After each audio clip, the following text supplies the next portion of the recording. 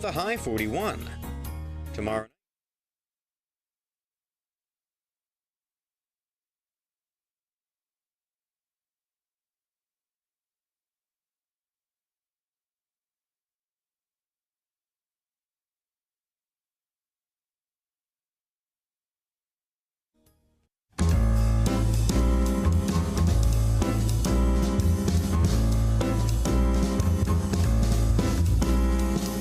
Welcome to another edition of The Ride Home with John and Kathy, live from the Salem-Pittsburgh studios. And now here are your hosts, John Hall and Kathy Emmons. It's 4:04. This must be the place. Hey, happy Monday to you. Thanks for coming along today, The Ride Home. Good to see you. Happy that you were with us here as the sun sets. Kath, happy Monday to you. How are things? Thank you. Christmas is around the corner, just in case you weren't keeping up with things. How you doing there? Well, my tree is up, but no decorations on it. That's okay. It's up. It's up with lights. That's more than half the battle. And there's no decorations. I don't have a tree yet. Oh, you don't have a tree yet? It's coming. Well, I didn't have a tree at all last year. So. Right. So I understand. We'll have a tree. We'll get it going. Yeah. But we're just a little slow off the mark here. That's all. Well, it's hard. It's a lot, right? We had Friday off, and I did bake a voluminous. I baked 25 dozen cookies on Friday. Listen, you made 25 dozen cookies. That's not that. I mean, I know that's a lot of cookies, but that's not that. I mean, it's a lot, but it's not that. It's not as big of a deal as it sounds. No. It sounds like my bags of salt. It does right? sound a little bit like it does sound like that. Salt. When I say, 600 pounds of salt, it sounds like, what? Really, what are you doing? Really it's the same kind of thing. Yeah. Two different sides of the coin. That's a good point. I think I'd rather have 25 dozen cookies and 600 pounds of salt. Me I feel too. like I've made out better in this deal than Me too, you have, 100%. What the heck, yeah. Anyway, I tried a new cookie recipe that tanked. Oh, Terrible. tanked. You made a dozen of them or more than a dozen? No, I made 4 dozen. That's rough. And they look beautiful, and they taste like absolutely nothing. No kidding. It was such a stupid thing. What's it called? It's the cheesecake cookie. Because who wouldn't want to combine cheesecake and cookie? Yeah. It tastes nothing. Really? It's really stupid. It's a really dumb recipe. So total waste of calories. Complete. Why waste would you of even calories. bother? Yeah. So so this is what I was thinking. Does this sound terrible? I thought maybe I bring them in here to the station. No, don't do that. People do that all the time. We don't want them. This is not like the Castaway Kitchen here. I'm just saying. I mean, I don't want them to go to waste. They're very pretty. So what? Does that mean anything to you? Nothing. No. Don't do that. All right. I mean, No. I didn't bring them in. I thought I'd ask first. We have a Christmas party on Wednesday. Tomorrow. No, Wednesday. Oh, I was ready for tomorrow. You can bring it in as your white elephant gift. Yeah, the cookies that look pretty and Somebody taste wins like 4 dozen. They don't taste bad. They just don't. There's nothing there. There's just not. It's just like No, don't do that. okay Maybe set them outside for like for the mailman. animals. Or for, For like the deer. I'll put them in my compost bin. No, I can't because there's oil in them. Okay. No, because maybe like a stray animal would like them. I don't know. I made them. They probably would. I made them for my family, and now it's gotten to the level of maybe a stray animal. How about give them to Santa? Them. Santa will take them. It was a dumb recipe. Sorry. Cheesecake cookies sound fabulous. All right. Sorry, we made a quick detour there. As we always do, we get underway, whether it's Monday or Friday. The top news stories for the day. Kath, please, the top 4 at 4. For Monday, December 12th, 2022, number 1. The U.S. Department of Energy said yesterday it would announce a major scientific breakthrough this week after media reported a federal laboratory had recently achieved a major milestone in nuclear fusion research. The Financial Times reported yesterday that scientists in the California-based Lawrence Livermore National Laboratory had achieved what they're calling, quote, a net energy gain from an experimental fusion reactor. That would represent the first time researchers have successfully produced more energy in a fusion reaction, the same type that powers the sun, than was consumed during the process, a potentially major step in the pursuit of zero carbon power. That is such a great story, isn't it? It is a really... It's going to change the world. Yeah. We're going to ask Hugh Ross about this later in the program. Dr. Hugh Ross will be with us in the 5 o'clock hour. And so we'll be asking him about... Since this is just kind of a latest story, we're going to be talking about the Shroud of Turin with him. But we're hopefully going to keep an extra segment. Throw in some and fusion ask him as well. First time in radio history. Two people talk about the Shroud of Turin and fusion. Yeah, there's so much to talk about there. Anyway, it's from today's CBS News. Number 2. Representative Marjorie Taylor Greene said at a Republican event in New York over the weekend that if she had organized the January 6th attack on the U.S. Capitol, we would have won, quote, and it would have been armed, according to video from her appearance that was posted on social media and reported here from ABC News. In a statement today, she said she was making a sarcastic joke and pushed back against criticism from the Biden administration. Number 3. A brutal winter storm packing wind gusts of up to, wait for it, 80 miles per hour was marching toward the nation's interior today, threatening to pound a swath of the nation with snow measured in feet and wind gusts that are crazy. Almost 15 million people in more than a dozen states faced foul weather warnings or watches on Monday, including places in Oregon, Nevada, Idaho, North and South Dakota, Wyoming, Colorado, and Nebraska. Then the system will stall across the Central Plains into Thursday, and that means the snow is going to get heavier and it's going to blow all over the place. I'm talking to my family in Aberdeen, South Dakota. Yeah, what's it look like? They said, oh, it's a little bad. When they say that, it's really bad. It's catastrophic. Yeah, they say, oh, it's a little bad. Yeah. And number 4, Pittsburgh's Urban Redevelopment Authority has sold a dozen Hill District properties to a city-based firm that wants to build a $3.4 million development with affordable housing, restaurants, and gallery space. The URA board voted unanimously to sell the properties to a Pittsburgh-based Studio Volsi. The development plans, called Rhythm Square, include gallery space, a micro restaurant space. What's that? I don't know what that would be. Would that be micro? Live workspace and affordable housing. The project also received $500,000 grant through the Federal Home Loan Bank Board, and that is your top 4 at 4. For a hot dog stand. So, micro restaurant. I mean, I've been to... I used to eat on the street corner. Yeah. I mean, I've been to a restaurant. It's a bag of chips and a Coke. Is that a food truck? Is that the new name for a food truck? Micro restaurant. Some guy's got a Hot Pocket, he's selling out of the trunk. Maybe a Hot Pocket is a micro restaurant. Yeah, it could be, right? Why not? Yeah. Put it on your engine and warm it up there. I think that's fine. All right. We have a terrific show coming up today. So happy you're along for this Monday. Coming up next, our good friend Greg Clugston live from the White House. We'll talk about the latest this week in the nation's capital. And the aforementioned Shroud of Turin. Yeah, that conversation will be coming up in the 5 o'clock hour with Dr. Hugh Ross. A little shopping, things on our list. And some nuclear fusion. All that ahead. It's The Ride Home, Pittsburgh's Christian Talk. 101.5 WORD. When God created us, He had a purpose for our lives. I'm Alan Jackson. I have the privilege of joining you each weekday to open our Bibles together. The Bible tells us that God has made us what we are. And in our union with Christ Jesus, He has created us for a life of good deeds, which He has already prepared for us to do. Join me and let's see what God has for us today. A fresh look at Scripture, weekday mornings at 9:30. Alan Jackson Ministries on 101.5 WORD. First, we decide where we want to go. Then we need to know the best way to get there. Hi, my name's Adam Barada. I'm the owner of Advantage Gold. We're the highest rated precious metals firm in the country. We teach people how to own physical gold and silver. Now, we've won the Best of TrustLink Award 4 years in a row because we educate our clients on how to buy gold and silver the right way. We don't pay celebrity spokespeople millions of dollars. We'd rather pass that value on to you.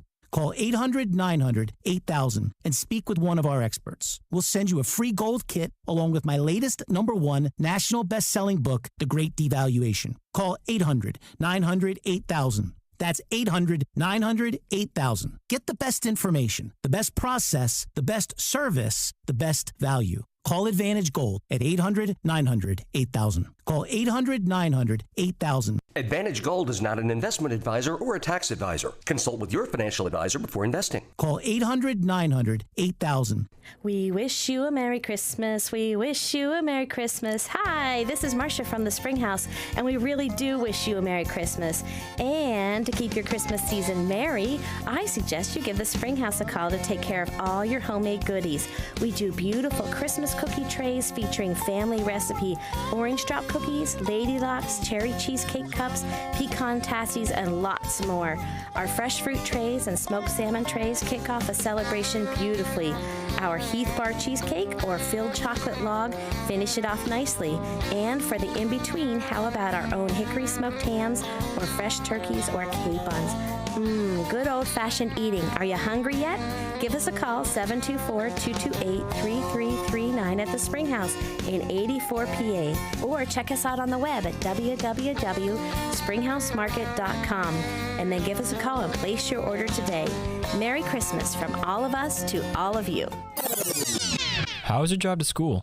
Let me tell you, I had to get my iced coffee first. I just can't seem to put it down. My favorite rapper just announced a tour. My phone was buzzing like crazy. I'm so excited. I had to text all my friends right then to talk about it. Then someone started calling me and... Let's try that again. I turned my phone off right away. I never drive distracted. Visit StopTextStopWrecks.org. A message brought to you by the National Highway Traffic Safety Administration, Project Yellow Light, and the Ad Council. We go now to the White House, where Greg Clugston is with us every Monday at this time. Greg Clugston is the SRN News White House correspondent. Greg, hope it was a good weekend for you. It was, John. Hi. Hi. Good to be here. Thanks, Kathy. Thank you for being here, Greg. Always a pleasure. Happy to see you, Greg. So the prisoner swap has happened. Brittany Griner back in the U.S. Paul Whelan remaining behind, still imprisoned in Russia. Also, Mark Fogel, a local Pittsburgher here, a history teacher who's been there since 2021. What do we know, Greg?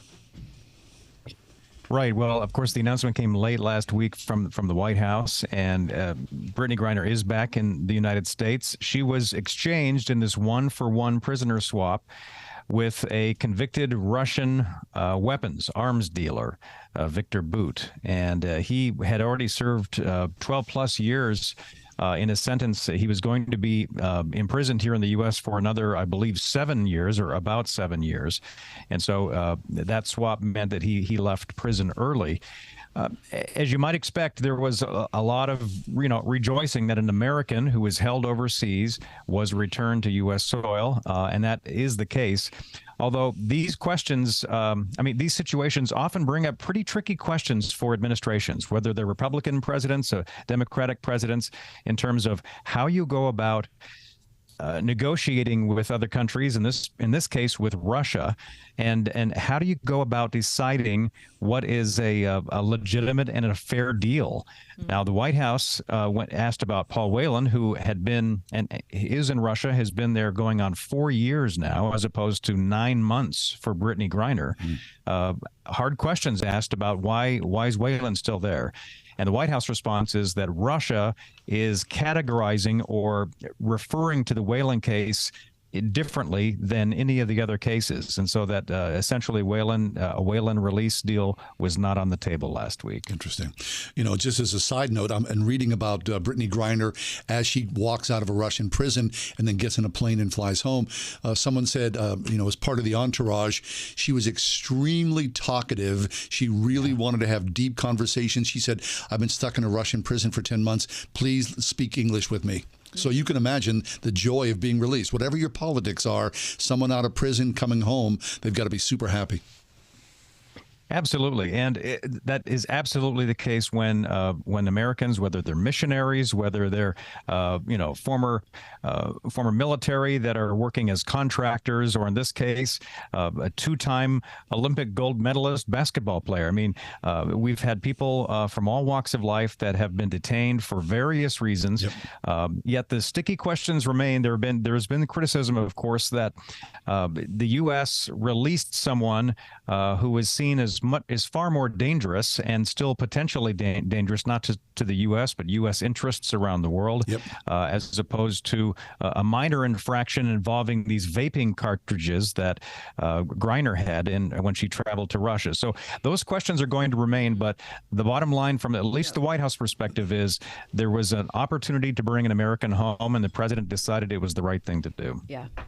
I mean, I certainly see it that way as well. But you know what I was thinking over the weekend, Greg? I was thinking about, there are families who have lost loved ones, countless families who've lost loved ones because that arms dealer has done what he's done over that many decades, let loose in the world. And it brings to mind that when Americans travel overseas, especially to a place like Russia, they have got to be more aware of where they're going and what they can and cannot do. I mean, I'm very happy Brittany Griner's back, but to get her back, you pay a serious price for that. Sure. And I think this is probably a wake-up call for a lot of professional athletes in particular, because a lot of athletes from the United States will play on teams and get hired by international clubs. They do a lot of international travel. They're based overseas. And so her case certainly has caught their attention. That's right. Well, we live in a celebrity-obsessed media culture, and certainly Brittany Griner being a celebrity was sort of the shoe to make everything work forward. We're talking with Greg Clugston, SRN News White House correspondent. Hey, Greg, so winter looks like it's upon us, and with winter, there'll be a rise in numbers of COVID. Talk to us about Congress and the Pentagon and COVID.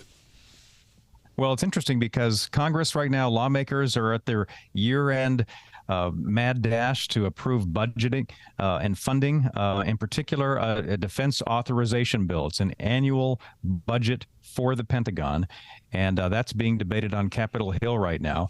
There are a lot of lawmakers, especially Republicans, who would like to rescind the military's COVID vaccine mandate for members of the military. The Pentagon does not think it's a good idea. The White House does not think it's a good idea to get rid of this mandate just yet. But this is a bargaining chip right now in this budget debate going on in Congress. And so what's interesting is it's already been a part of this package of discussion.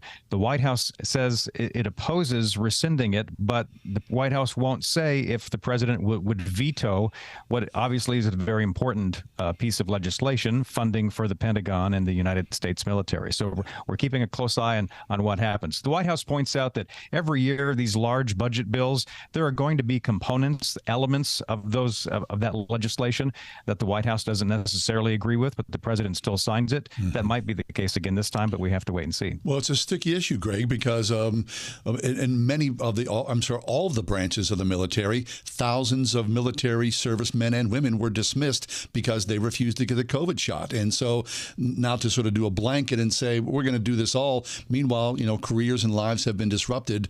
It's a thorny issue, I'm sure, for the Biden administration and for those leaders in all branches of the military.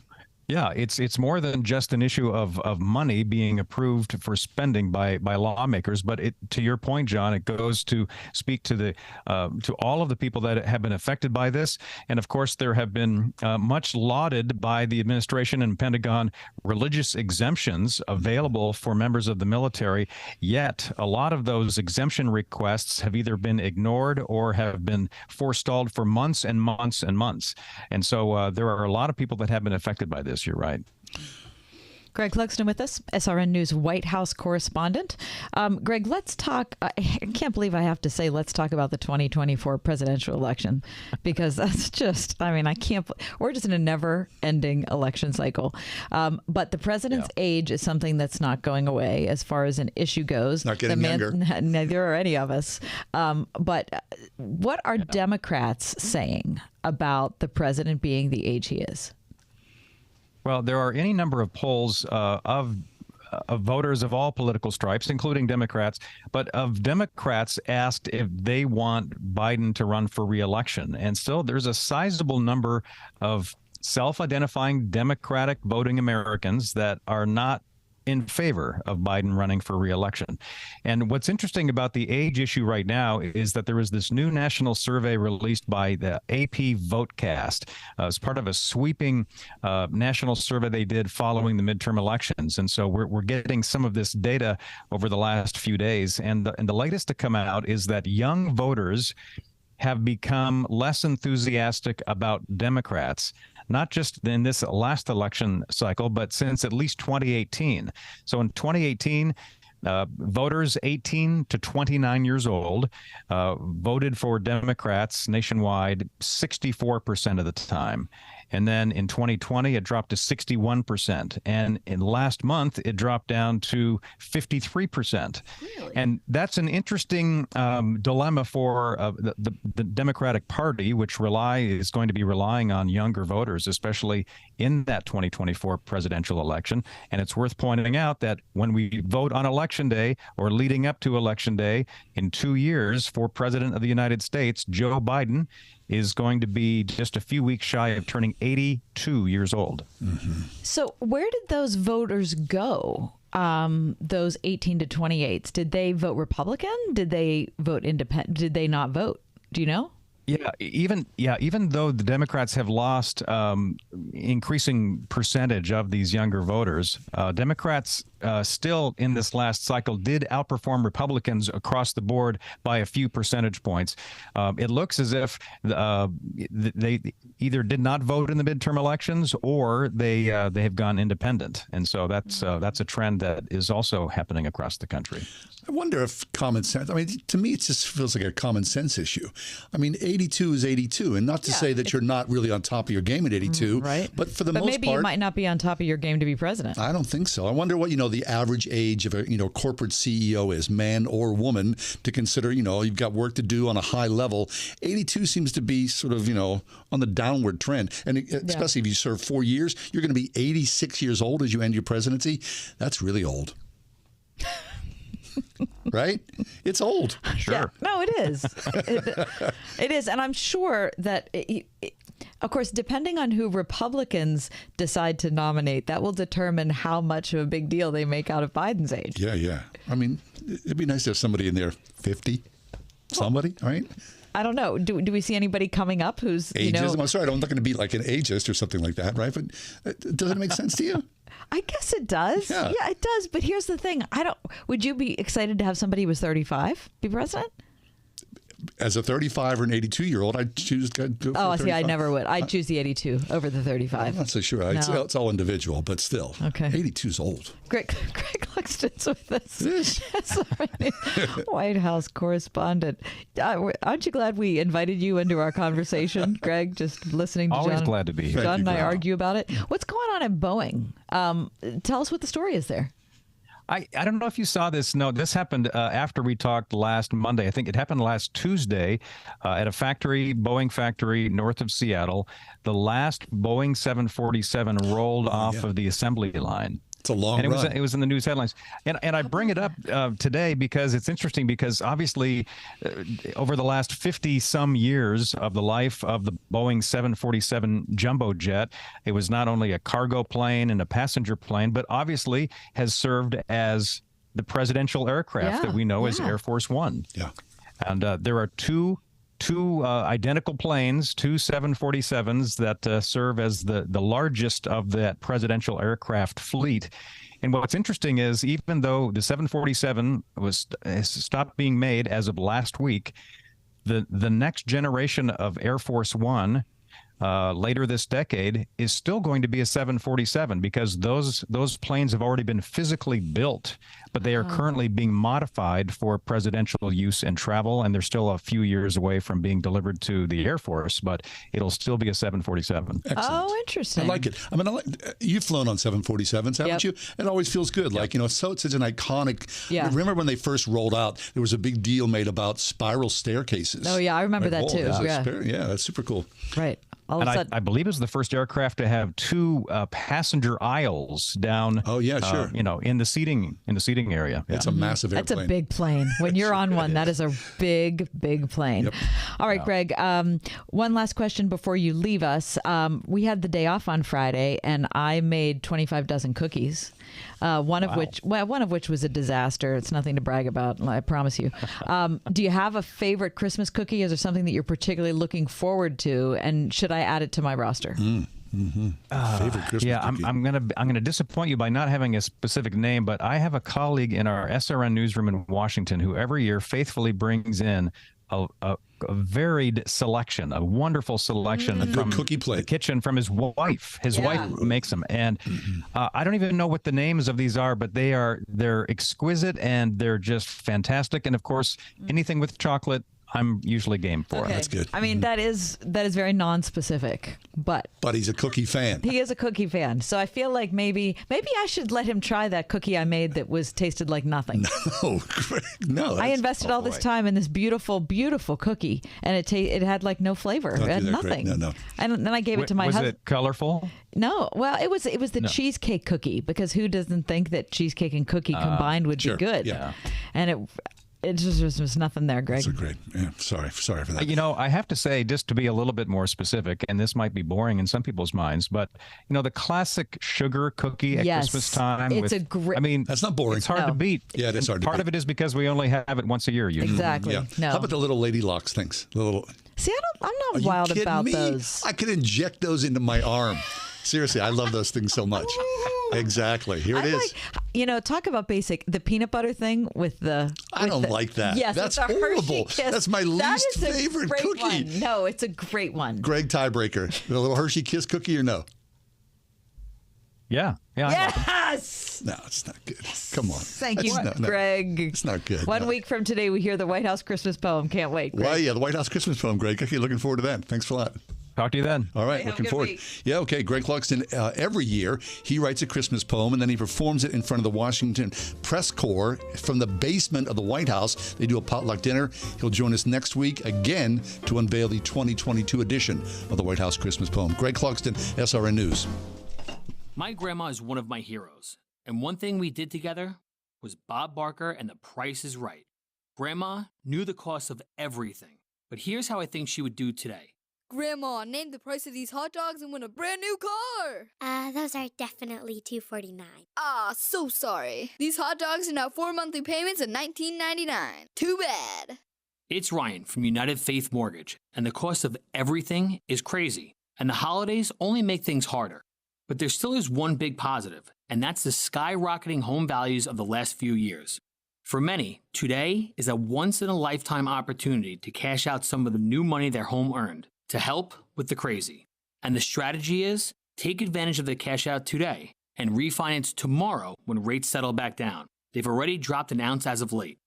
If you're curious about your options, we are United Faith Mortgage. United Mortgage Corp, Melville, New York. NMLS number 1330. Pennsylvania Department of Banking and Securities. Mortgage lender license 22672. Did you know there's physical evidence for the birth of Christ as told in the Bible? Your friends at cybercoins.net can help you keep Christ in Christmas this year with gifts of authentic coins left behind by the wise men, King Herod, and a special prophetic coin that bore witness to the coming star of Bethlehem. Visit our store in Dormont or shop online at cybercoins.net to see a museum-quality display of authentic coins that were eyewitness to the events of the Nativity. cybercoins.net. The students and staff at Trinity Christian School would like to wish you and your family a very Merry Christmas and a Happy New Year. The birth of our Savior is truly something to celebrate, something to share. It's also a time to find rest, to be with the people we love, to remember those we miss, and anticipate good things to come. For unto us a son is given, unto us a child is born. He is here with you, always. From your friends at Trinity Christian School. When Joy became a Christian, her husband contemplated divorce. I think that God just really used Focus on the Family and your guys' ministry to grow me and prepare me and guide my heart to live out in front of my husband what it means to follow Christ. Hi, I'm Jim Daly. Help us strengthen hurting marriages and give families hope. Donate at focusonthefamily.com/family, and your gift will be doubled. Celebrate comeback season with Mucinex Fast Max Cold and Flu all-in-one. Its maximum strength formula tackles up to 9 cold and flu symptoms. Try Mucinex all-in-one and get $5 cash back to celebrate your comeback. Visit fastmaxcashback.com to learn more. Use as directed. Ask Alexa to play the word Pittsburgh to hear us there. We're on your Google speaker too, plus iHeart, TuneIn, and on Odyssey. 101.5 WORD FM, Pittsburgh.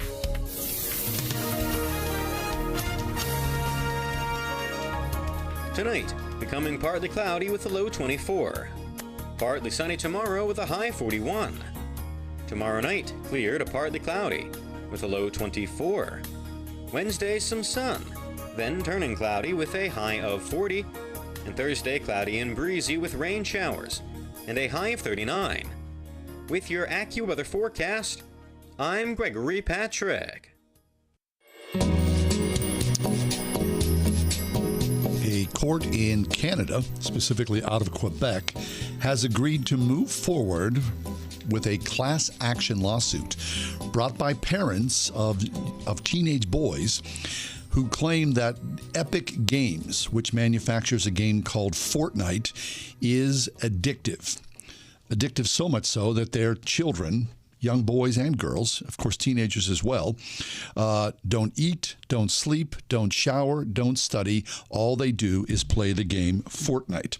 The court concludes that there is a serious issue to be argued, supported by sufficient and specific allegations as to the existence of risks or even dangers arising from the use of Fortnite, so says the Canadian court.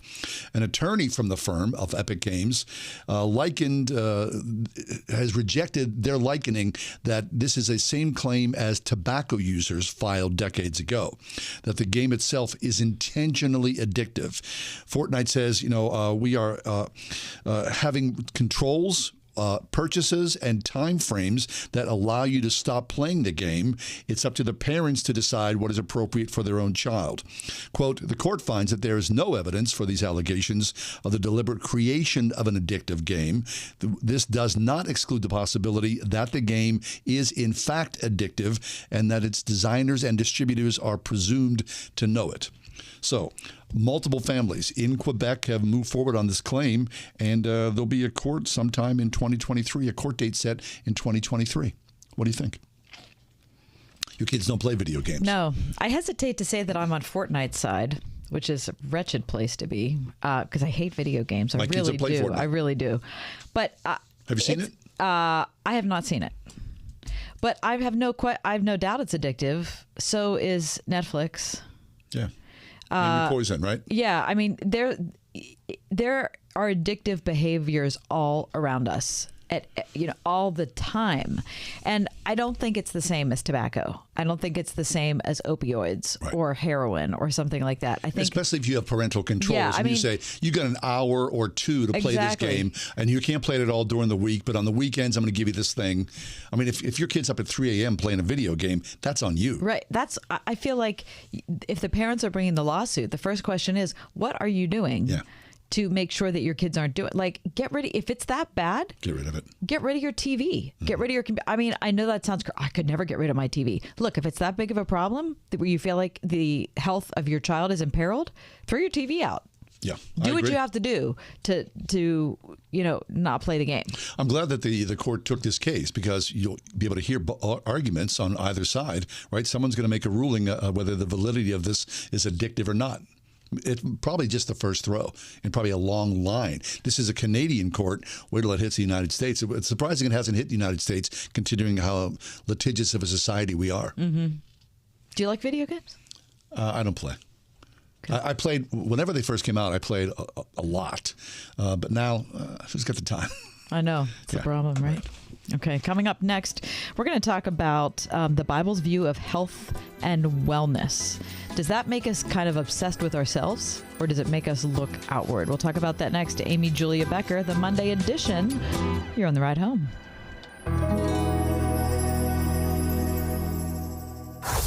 101.5 101.5 WORD. In the battle for America's Christian values, Charlie Kirk and TPUSA Faith have stood strong, helping equip, engage, and empower generations of Americans to defend their faith. We're in a fight to save our country. Now they need your support, covering the cost of resources. And thanks to a generous $75K match, your best gift will be double. Help defend faith and freedom now with a tax-deductible donation. Give today and help Christians stand strong in their faith. Make your gift online at wordfm.com/faith. So right now may be the perfect time for you to rethink how you pay for healthcare. And here's why. Not only is it open enrollment for a lot of people, it's also a time you can join MediShare and save even more than usual. And it's true, the typical family switching to MediShare saves $500 or more a month, which is obviously huge for a lot of people. But what's more, they like it. MediShare has double the customer satisfaction rate compared to health insurance. Double. There are 400,000 members. They've shared over $4 billion in medical bills, and it really is a great community, too. People encourage and pray for each other.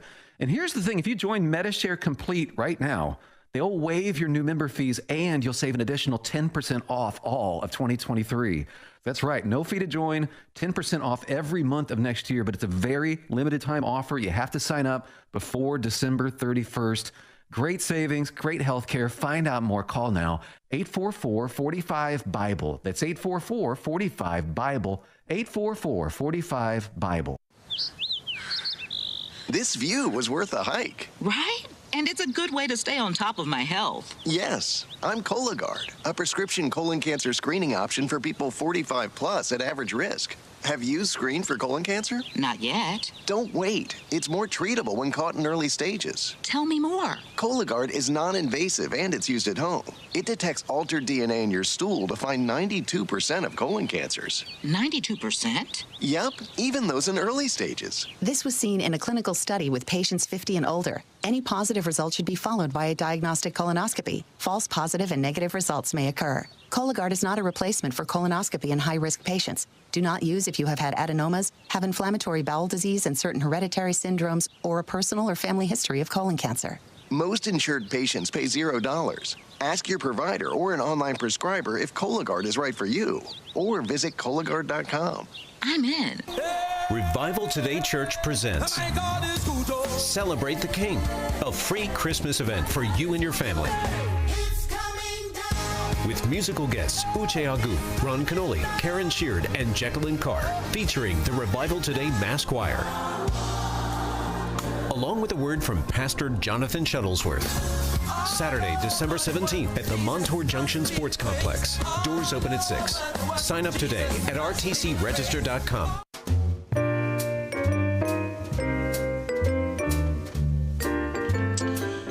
Of course, the Bible tells us that we are fearfully and wonderfully made.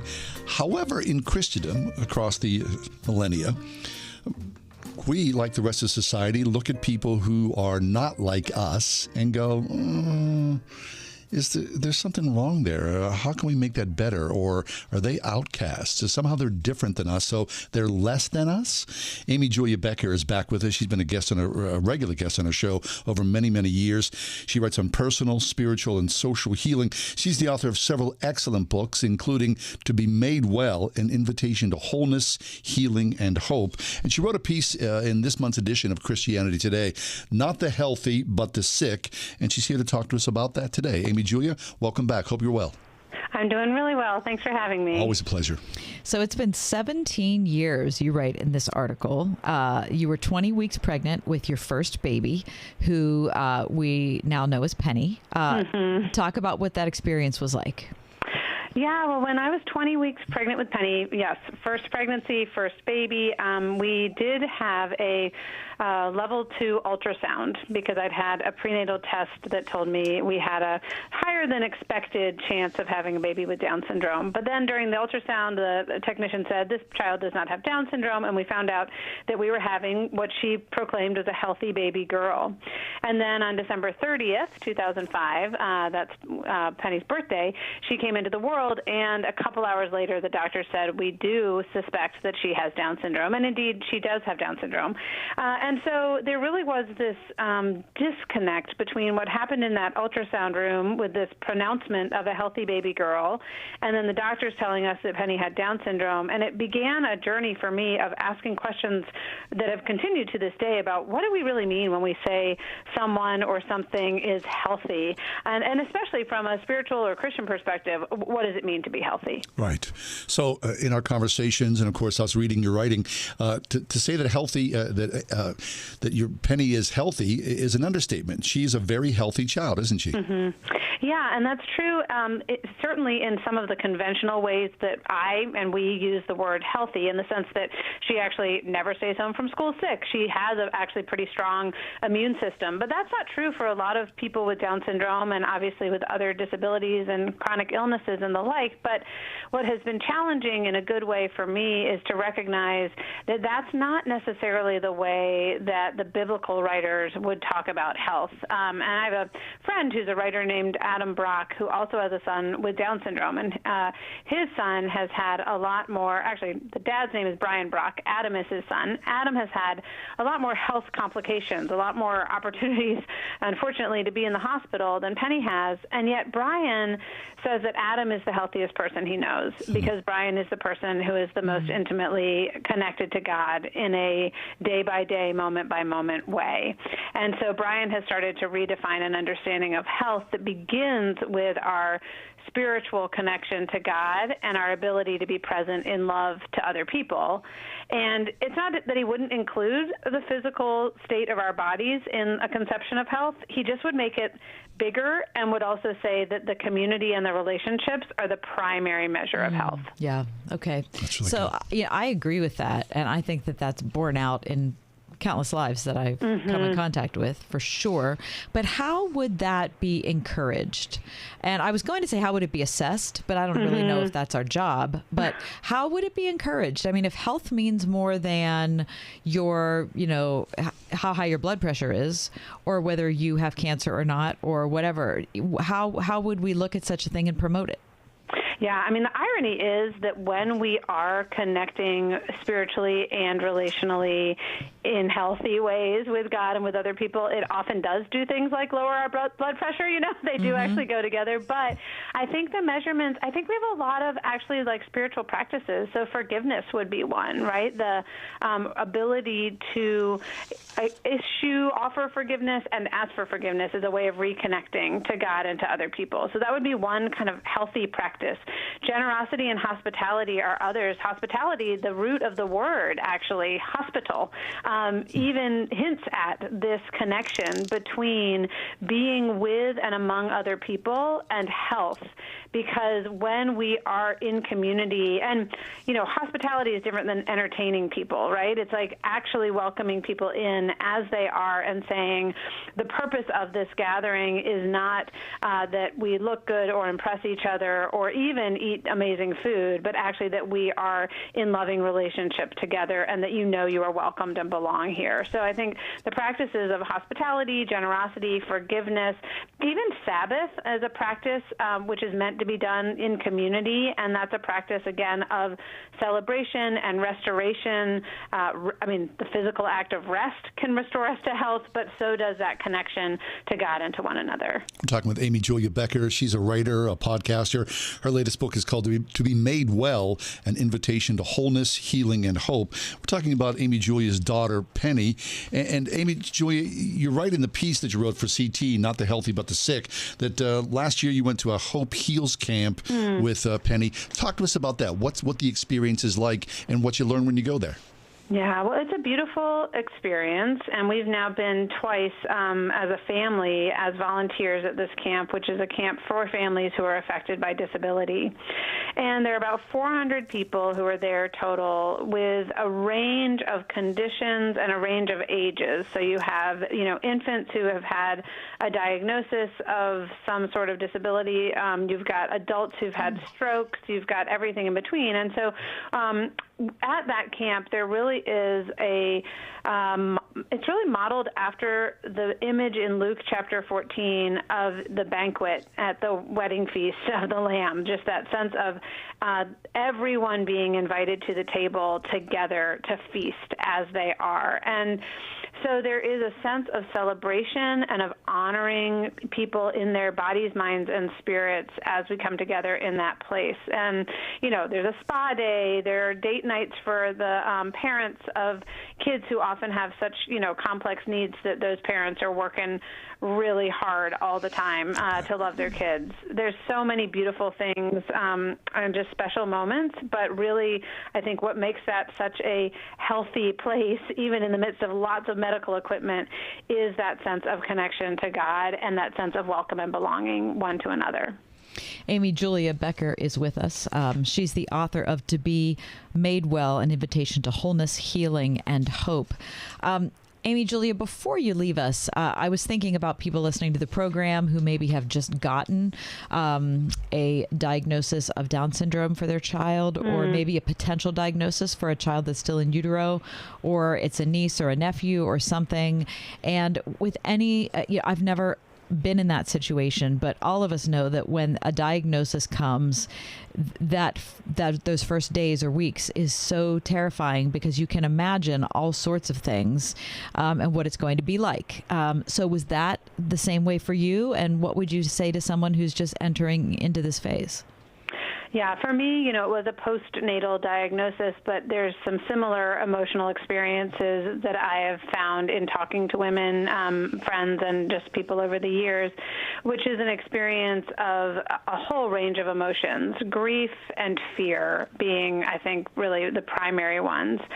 What I can say is that for me, I also did experience a tremendous amount of love. I was able to hold Penny in my arms, which is perhaps one of the advantages of not knowing about her diagnosis ahead of time, although there are other reasons why I think it can be helpful to have a prenatal diagnosis. But what that meant was we had an opportunity, which took, honestly, for me, a very long time, but an opportunity to really ask the question of whether that love would be stronger than the fear. And in the end, yes, it was. But I think what I would say to women who are in the midst of that grief and that fear is that it won't last forever, but you also are not you don't need to blame yourself for feeling that right now. And in fact, let a community come around you. I felt for a couple of months that I couldn't even pray. It was just too tender and too raw. And the one thing I felt like I heard from God in that time was, you don't need to pray right now. You can let other people do that for you. It was really this time, this experience of healthy community, of letting a community of people carry me to Jesus because I couldn't go there myself. And I would hope that other women who find themselves in that situation know that they're not alone, and it does not depend upon them to even make it through those hard emotions, but that they ultimately will be able to come to a place of love and peace and really delight in their child. Amen. Amy Julia, all these years you've been such an advocate for people who are all over the spectrum on health and wellness. And before you leave us, talk to our guests about your Love is Stronger podcast. Yeah, so I do have a podcast called Love is Stronger Than Fear, which I just kind of mentioned that concept came and where that concept came from.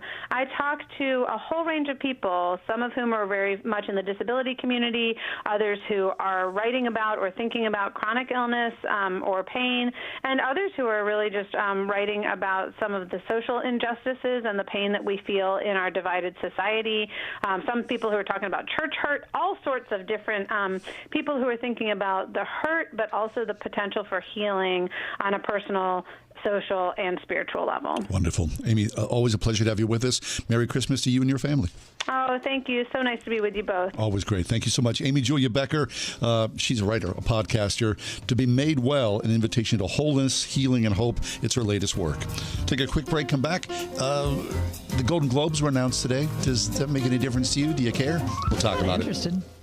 For most of us, it's hard to even look at. We've all seen the images of a hungry child. She can barely move because that hunger has left her exhausted, lifeless. There's a name for this. It's severe acute malnutrition.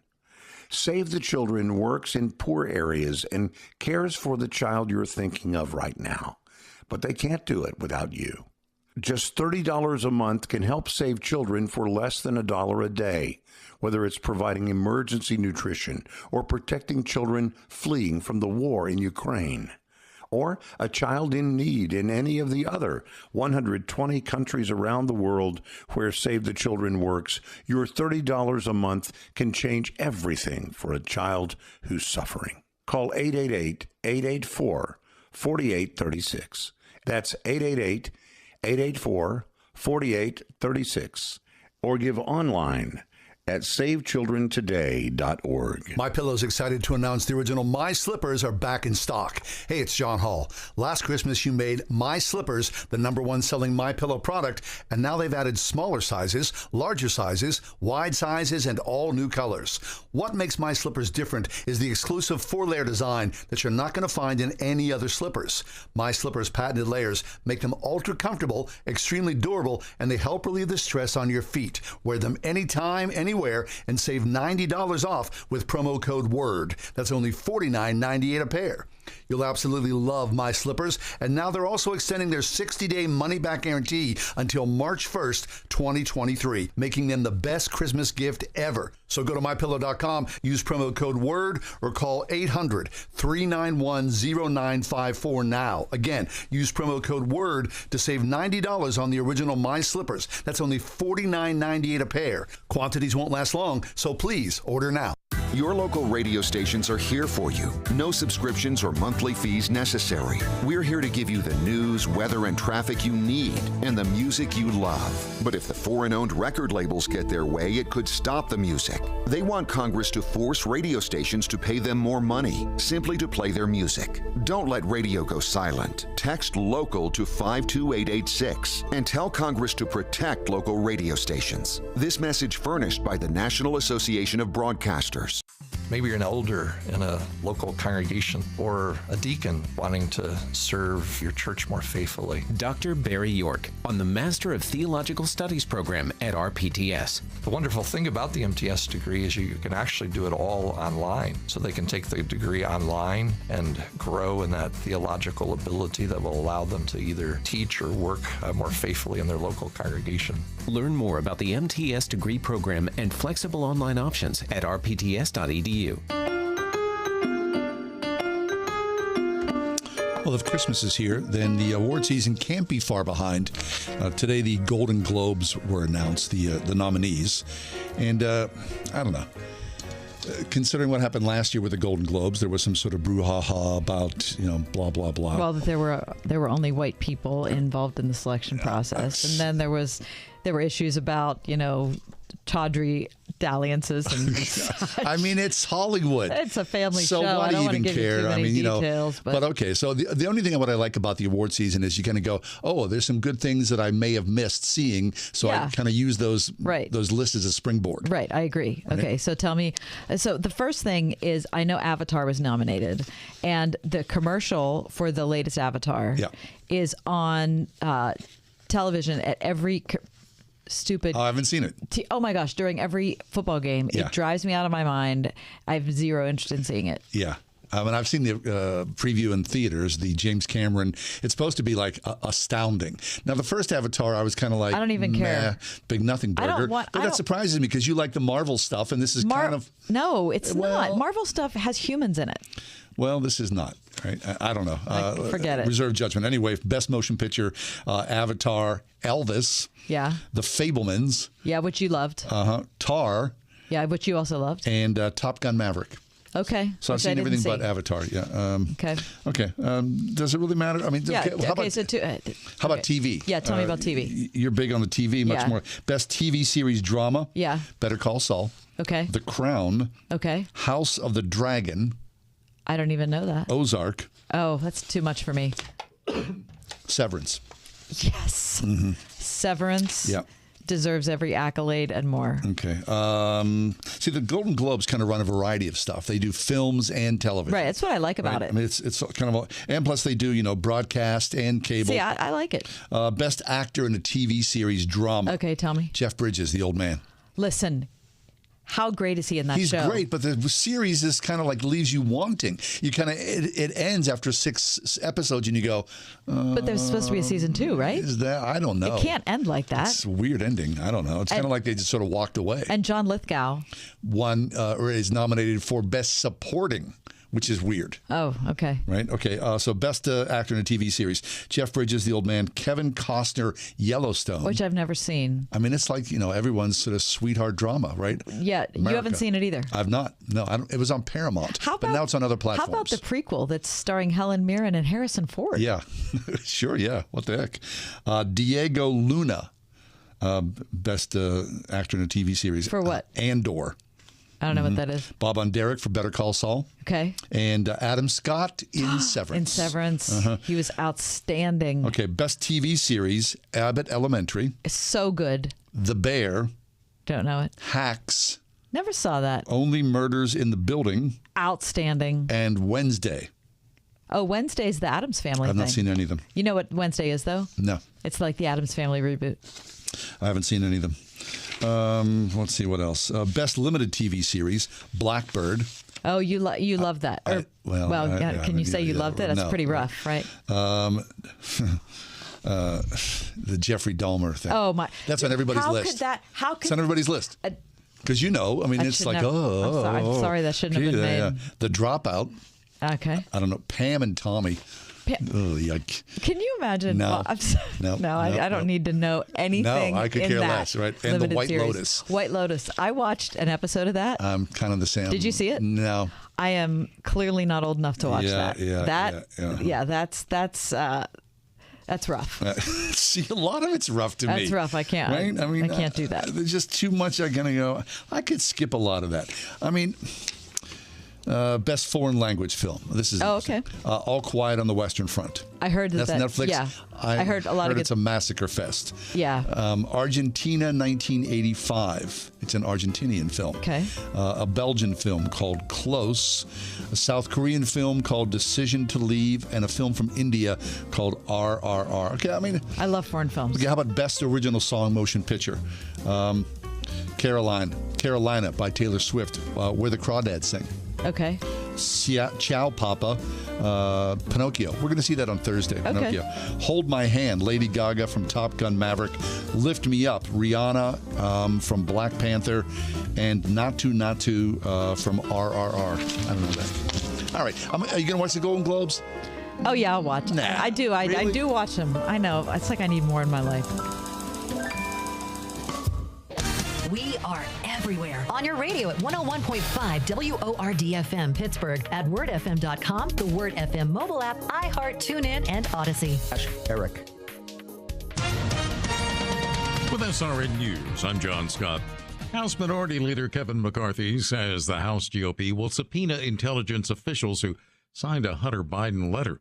Bernie Bennett with details. Presumptive House Speaker Kevin McCarthy says he plans to subpoena intelligence officials who signed a letter saying a New York Post story about Hunter Biden might be disinformation.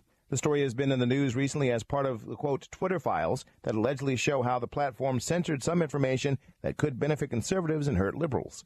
More than 50 former intelligence officials, including former CIA directors John Brennan and James Clapper, signed a letter in 2020 saying they didn't have evidence to definitively call the New York Post story untrue. McCarthy said of the signatories that he'll subpoena them before a committee when the GOP takes control of the House in the next Congress. Bernie Bennett, Washington. Stocks are higher. The Dow up 296 points down. The NASDAQ ahead 62. This is SRN News. Attention! If you owe money to the IRS, this is an urgent message. The IRS is cracking down by sending out heart-stopping letters, aggressively garnishing paychecks, seizing bank accounts, and putting liens on homes and businesses. They call it enforced compliance, and you better watch out because penalties and interest on unpaid taxes compound daily, making it seem impossible to ever get out of debt. Don't let the tax debt destroy your life. You need to call Optima Tax Relief, the #1 tax resolution firm. They're experts in the Fresh Start Initiative, one of the biggest breaks that the IRS has ever offered. If you qualify, you could save thousands. Optima's resolved over $1 billion of tax debt for their clients. A+ rated with the Better Business Bureau, they'll fight to get you the best deal possible. Call Optima now for a free consultation. Call 800-965-1433. 800-965-1433. 800-965-1433. Optima Tax Relief. Some restrictions apply. For complete details, please visit OptimaTaxRelief.com. That hailstorm really did some damage to the house, honey. I know, and so close to Christmas. What are we going to do? Well, you know, our neighbor Eric said Bachman's Roofing helped him with his insurance claim and walked him through each step of the process. Maybe we should call them too. Eric's wife did say Bachman's are local storm experts. Can we ask them about saving with solar roofing? I think that's a great idea. Call Bachman's Roofing and Solar at 412-744-8390 or go to pittsburgh.bachmansroofing.com. When Carrie learned of her husband's affair, she felt betrayed by God. She lost hope until she heard a Focus on the Family podcast. It was just kind of like God was sitting there with me, bringing this podcast to me and saying, listen, other people have gone before you and it'll be okay. You can trust me. I'm Jim Daly. Help us rescue broken marriages and give families hope. Donate at focusonthefamily.com/family, and your gift will be doubled. Alistair Begg is leading a spectacular 9-day Mediterranean cruise August of 2023, and our trusted partner Inspiration Cruises and Tours. Explore the biblical landscapes Paul encountered, where he shared the gospel along historic cliffside villages. Renew your vision, purpose, and connection with Christ as Alistair powerfully unpacks God's Word. For details, simply call 855-565-5519 or log on to deeperfaithcruise.com. This is Tim Seckler inviting you to tune in each and every Saturday morning at 9 a.m. right here on Word FM 101.5 for the Life and Legacy Show, sponsored by my law firm, the Seckler Law Firm. Each week, we'll talk about your family's well-being as it relates to elder law, nursing home stays, estate planning, and keeping your hard-earned savings. And if you missed the Life and Legacy Show, you will find it archived at secklerlawfirm.com. See you Saturday morning at 9 a.m. right here on Word FM 101.5 for the Life and Legacy Show.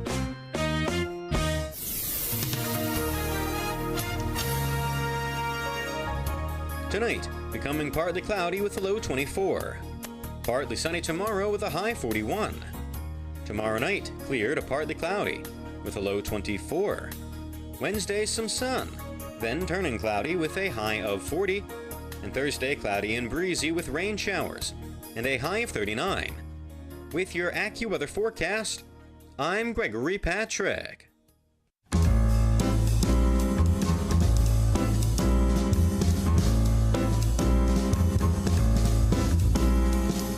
Welcome to another edition of The Ride Home with John and Kathy, live from the Salem-Pittsburgh studios.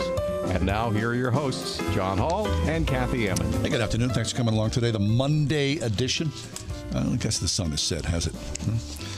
In winter, it feels like it's going to come a little closer to us. Yeah, it seems like I think the high on Thursday is 39. Yeah, or maybe even less than that. Anyway, which means the low's going to be difficult to take. It's coming. You know it is. That's fine. All right. I'm always interested to see how mainstream secular media looks at the church. Right? I mean, me too. We're ensconced clearly in Christian media in many ways, but I saw a piece that was published today by NPR. Now, NPR they'll always do an audio report, and then they'll do the print version as well. And the headline is, as attendance dips, churches change to stay relevant for a new wave of worshipers. Now, in conjunction with that, earlier today I was reading that they said the church attendance, the pandemic notwithstanding, has essentially bottomed out as far back as 2017 with the rise and then the stability of the nuns.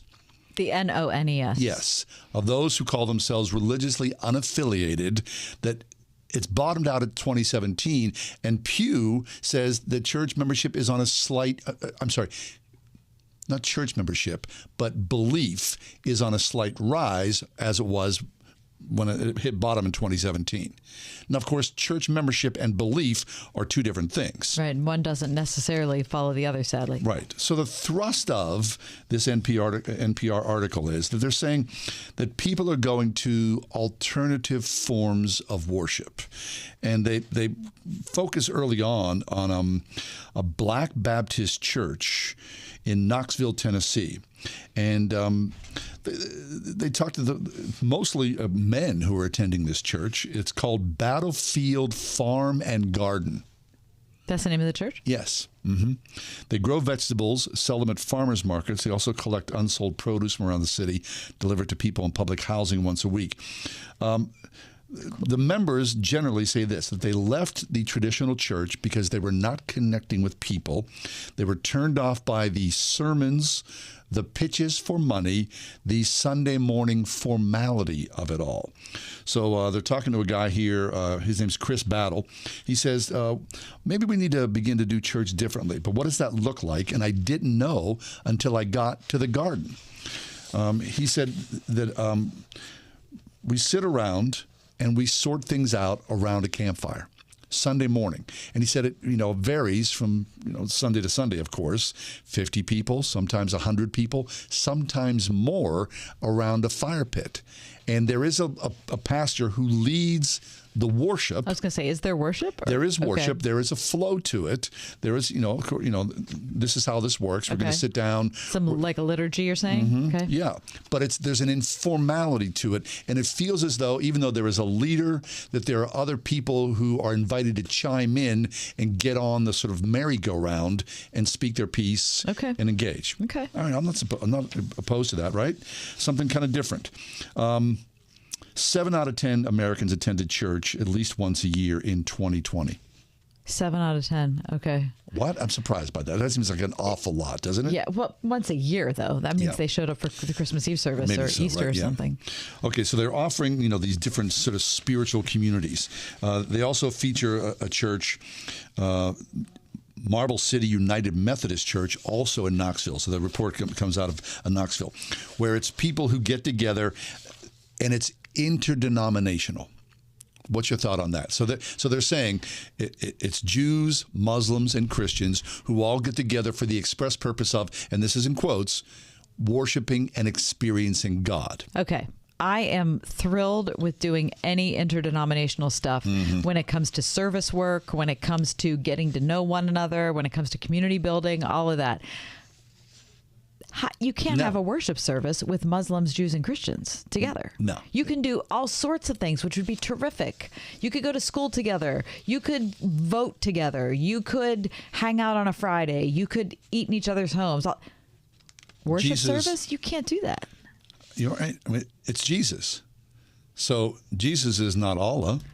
Right? Jesus is not Buddha. Right. I would love for you to come to our worship service and see what it's like. But having a joint worship service, that's just, no, I can't imagine that working. Okay, so how could that work? An Episcopalian pastor, Reverend Caroline Vogel, says, just because you leave organized religion doesn't mean the hunger to connect with the divine is going to cease. Well, of course. Right. So there's a reason for this. They also get together and do yoga. Oh. Look.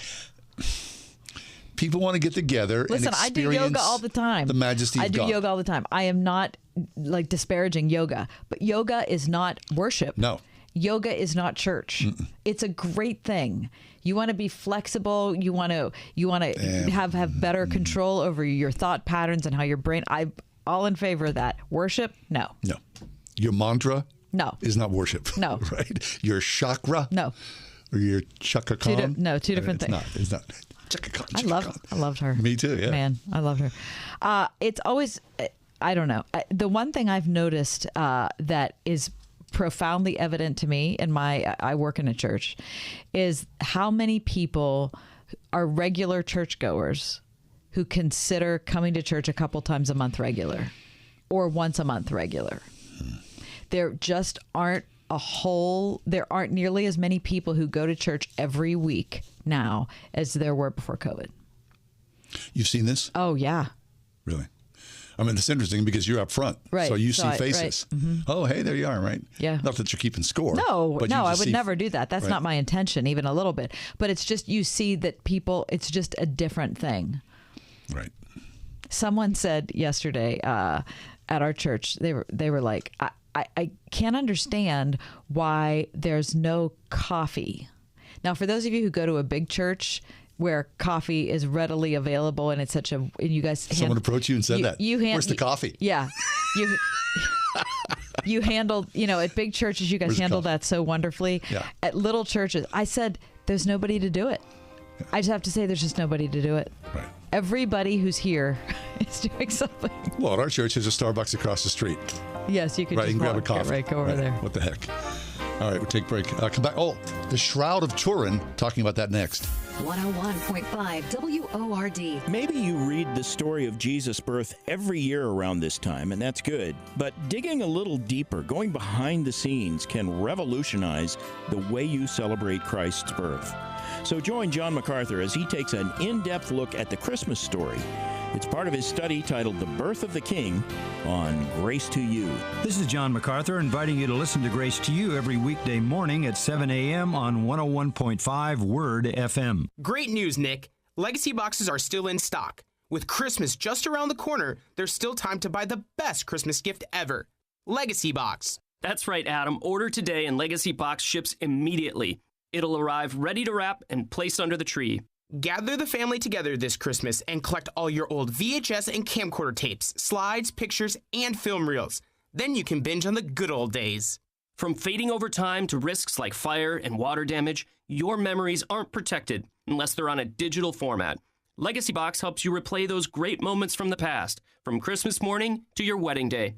Legacy Box is the world's largest digitizer of home movies and photos. All the work is done right here in the USA, and over 1 million customers have trusted Legacy Box. This Christmas is the time to digitize. Visit legacybox.com/lbox for exclusive holiday savings. That's legacybox.com/lbox for last-minute shopping. legacybox.com/lbox. I'm thankful for the time I get to spend with my family during Christmas. Christmas is a time for gratitude at Eden Christian Academy. I'm thankful for the opportunity that I get to spend time with those I love. My favorite thing about the holiday season is seeing the look on my family's face when I give them a really good gift. During the Christmas season, I'm thankful that I can see all of my family members in one place. I'm thankful for the friends and relationships that I've made here at Eden. Merry Christmas from your friends at Eden Christian Academy. Revival Today Church presents Celebrate the King, a free Christmas event for you and your family. With musical guests Uche Agu, Ron Canoli, Karen Sheard, and Jacqueline Carr, featuring the Revival Today Mass Choir. Along with a word from Pastor Jonathan Shuttlesworth. Saturday, December 17th at the Montour Junction Sports Complex. Doors open at 6. Sign up today at rtcregister.com. Meet Brad. Brad's hard at work, or at least his website is. Ever since he added live chat with Salem Surround, Brad's customers are getting their questions answered 24/7. Website purchases have gone up 35%, and they're over 3 times more likely to buy from him again. No bots, just real people helping real people. Live chat. One of the easiest, most affordable ways Salem Surround can increase your business while you do other things. Or nothing at all. Ask us how at surroundpittsburgh.com.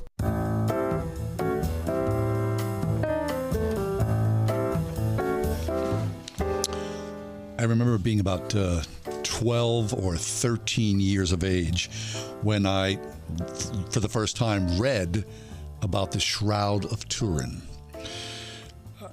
I'm fascinated by it. I just think it's absolutely beautiful, the imagery. Okay, I didn't think it was fascinating at all first because I was sure it was faked.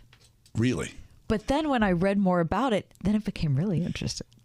Well, you know, my belief in Christ does not hinge on the authenticity of the Shroud of Turin, right? It doesn't. But when you see it and look at the history of it, the beauty of it, and the mystery of it, I just absolutely think it's incredible. Me too.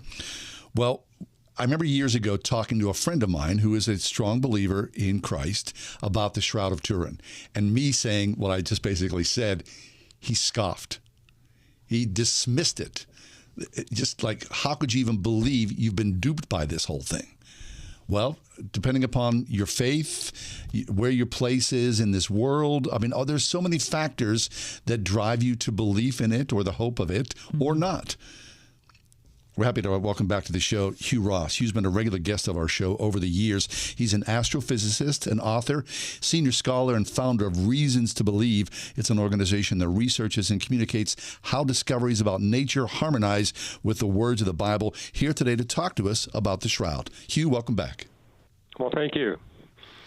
So, Hugh, the Shroud of Turin, give us a basic historical sketch of what we know of it and where it's come from. Well, it's a linen shroud, and it's got an image on it that really looks like the image of someone who's been crucified to death. And if you look at the details, it matches very well what we would expect of the crucifixion of Jesus, in the sense that you see blood stains around the head, which would be what you'd expect from a crown of thorns. There's a hole through his chest, which is consistent with him being pierced with a spear. So it looks like somebody, if they were trying to fake it, got all the details right. And the center of the controversy is the carbon-14 test.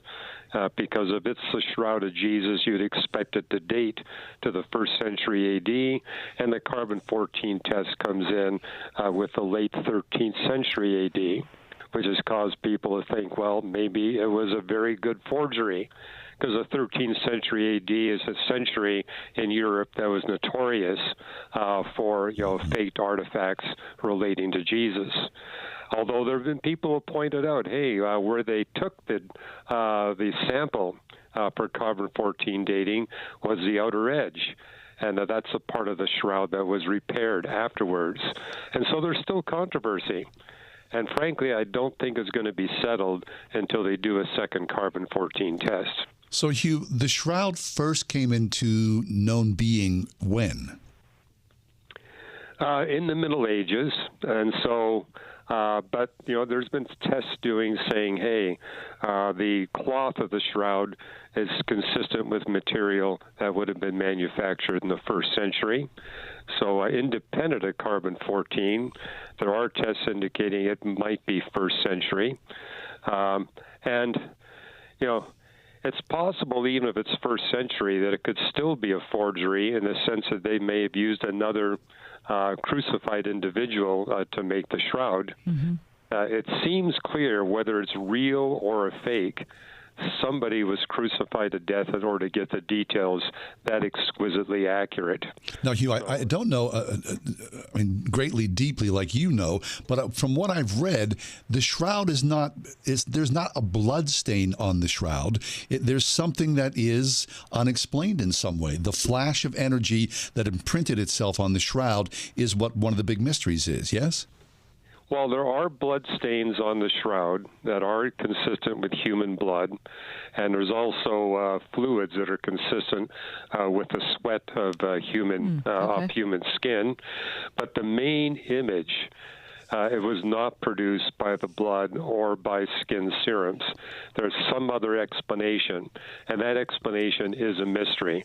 Exactly what caused the image is still being debated. So, no doubt this is controversial. I can't tell you whether it's a real or a fake. What I can tell you is that there are further experiments that I think could really shed light on it. And I liked what you said earlier in the opening. Whether or not the shroud is legitimate really does nothing to significantly add to the evidence that Jesus of Nazareth was raised bodily from the dead. The historical case for that is overwhelming. We don't need the shroud to strengthen that case. Yes. Dr. Hugh Ross is with us, senior scholar and founder of Reasons to Believe, which is an organization that researches and communicates how discoveries about nature harmonize with the words of the Bible. You can check out several books by Hugh that we'll talk about as the segment goes on.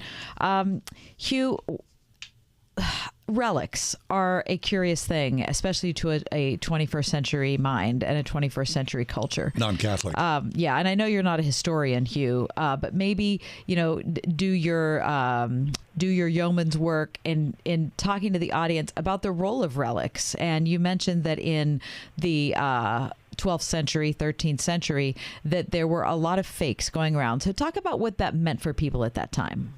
Well, we know at a minimum that about 16 tons of wood from the cross of Jesus were sold in the Middle Ages, and clearly the cross of Jesus didn't weigh more than 16 tons. Mm-hmm. So it shows you that there was a big market for relics from Jesus, which led to an industry of people producing fake relics. This is why the carbon-14 date coming into the 13th century has caused so many to say this was a very elaborate forgery. But there's evidence that portions of the shroud date earlier than the 13th century. But there again, people in the 13th century could have been clever enough to only use, cloth material that dates to the 1st century. So, and I think what's interesting, too, is that the image of the man crucified is about 6 feet tall. And we are told in the book of Isaiah that there was nothing particularly unusual about the personage of Jesus. He wasn't a standout figure. He wasn't extraordinarily handsome. He was an ordinary human in terms of his physical appearance. And what's significant about that is in the 1st century, the average height of a Roman soldier was 5 feet. Wow. And that was also typical of the people living in Israel. And so for this particular individual to be 6 feet tall, he would have stood more than a head above his peers. And it tells us in Isaiah that there was nothing extraordinary or unusual. So that's one piece of evidence that maybe this isn't the real body of Jesus that's being imaged here. Interesting. All right, so you've made reference a couple of times then to the radiocarbon dating, which apparently is from the outer side of the shroud itself, and it was put on after a fire on the shroud. So what are the chances that at some point, whether in the near or distant future, a piece on the inner part of the shroud would be surrendered for more scientific study? Well, when the controversy arose after the Jet Propulsion Laboratory submitted that small portion to carbon-14 date, the response of the Jet Propulsion Laboratory is, well, give us another sample and take it from the best spot in the shroud. And ideally, you'd like to take very tiny pieces from multiple parts of the shroud. I see. That could be done without disturbing in any way the quality or the integrity of the shroud. You don't have to take a big chunk out. You can just take very tiny microscopic pieces from different parts of the sample. But the people who own the shroud have basically said, no, we're not going to permit a second test. Well, without a second test, I don't think this controversy is ever going to be resolved. I see. So who does own the shroud? There's a Catholic organization in Milan, Italy, that owns the shroud. And they're the ones that have said, no, we're not going to permit a second test. And I think I know why, because the first test, they actually cut a chunk out of the shroud. And it's like, we don't want another obvious cut or hole in the shroud. But again, the Jet Propulsion Laboratory scientists have said that's not necessary. We can take microscopic pieces from different parts of the shroud.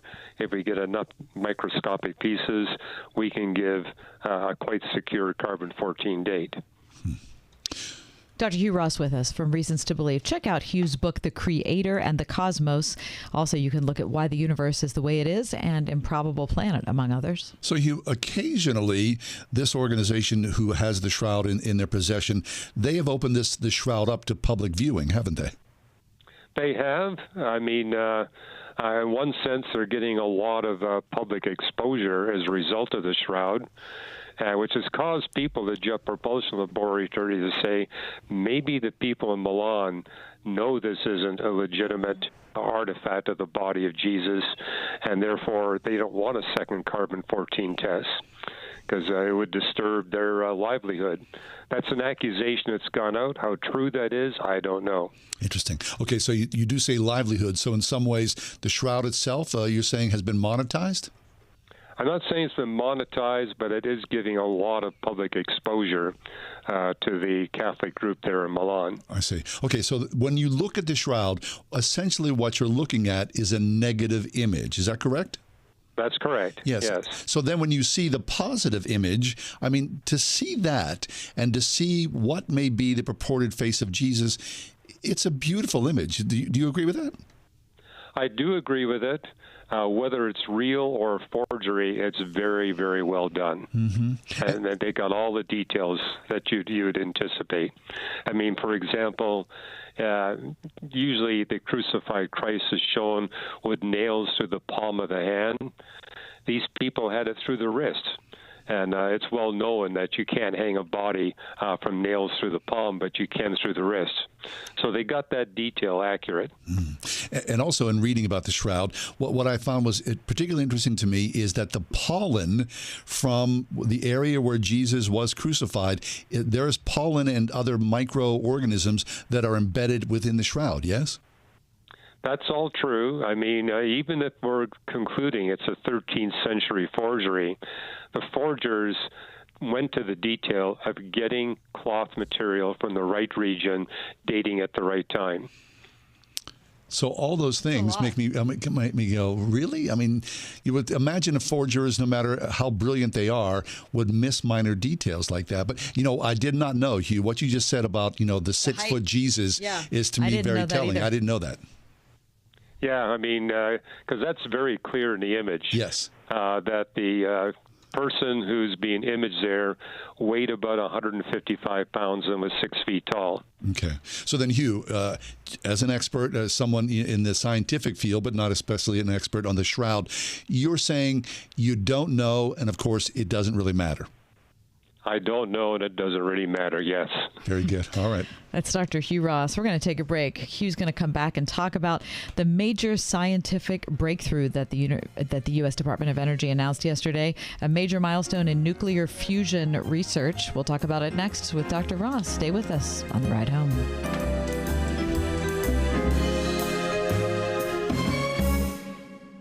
Do you remember your college years? A lot of great things can happen. And if you were so inclined, a lot of not so great things can happen. Well, at Grove City College, they know this, that you were made with a purpose because your college years are pivotal. And the time to discover and cultivate your God-given calling, it's there.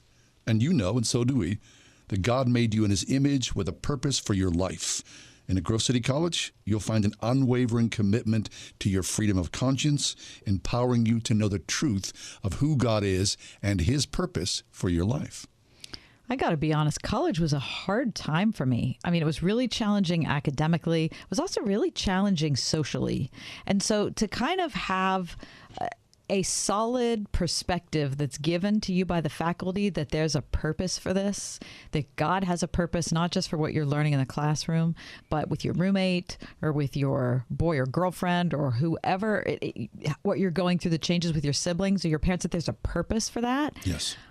I don't know. I feel like that could change everything for someone who's of a college age. Without a doubt. In your academics, your social life, in all things, you were made with a purpose. If you're your child looking for the next 4 years, we suggest you look at Grove City College online at gcc.edu. The power of purpose, Grove City College. Merry Christmas. This is Dean Gartland, president of City Mission. It has been a challenging year. Thank you for supporting City Mission through these uncertain times. I'm reminded of the words of Jesus, let your light so shine before men that they may see your good works and glorify your Father in heaven. Your generosity has helped us to be a light in the darkness for so many in need. The need is growing and City Mission will be there, but only with your continued support. Please visit us at citymission.org and let your light shine today. God bless you this Christmas season. Hey everybody, Greg Laurie here from A New Beginning. We're excited about our partnership with the OnePlace.com app. You can listen to my messages anytime, anywhere, even offline, without Wi-Fi with the OnePlace app. Now more than ever, don't you think we need to get God's Word into our lives? So let His Word fill you with hope in your office, in your home, or in your car, or wherever you are at OnePlace.com. 101.5 WORD FM Pittsburgh. On your smart speaker by saying, play the word Pittsburgh. And on your phone via the Word FM mobile app, iHeart, TuneIn, and Odyssey. Timeless wisdom, encouraging proverbs, and powerful promises. At BibleStudyTools.com, we aim to provide the best free resources for knowing the Word of God and applying its powerful truths to your life. Use BibleStudyTools.com's daily Bible verse for inspiration as you start each day. Find powerful verses on more than 300 topics that relate to your life's challenges and needs. Verses to encourage your soul, lift your spirit, and strengthen your faith. Visit BibleStudyTools.com. That's BibleStudyTools.com.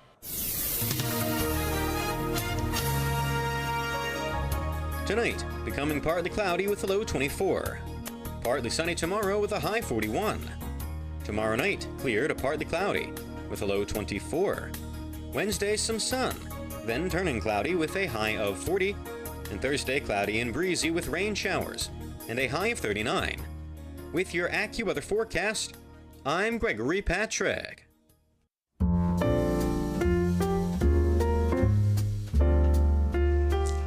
Hugh Ross is back with us.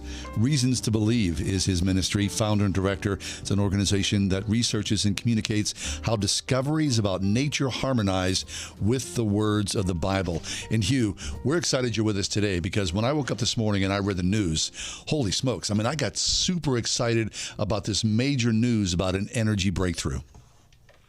Yes, it's about nuclear fusion, the energy reaction that operates inside the sun, where the sun fuses hydrogen into helium, and about 0.07% of the mass gets converted into energy.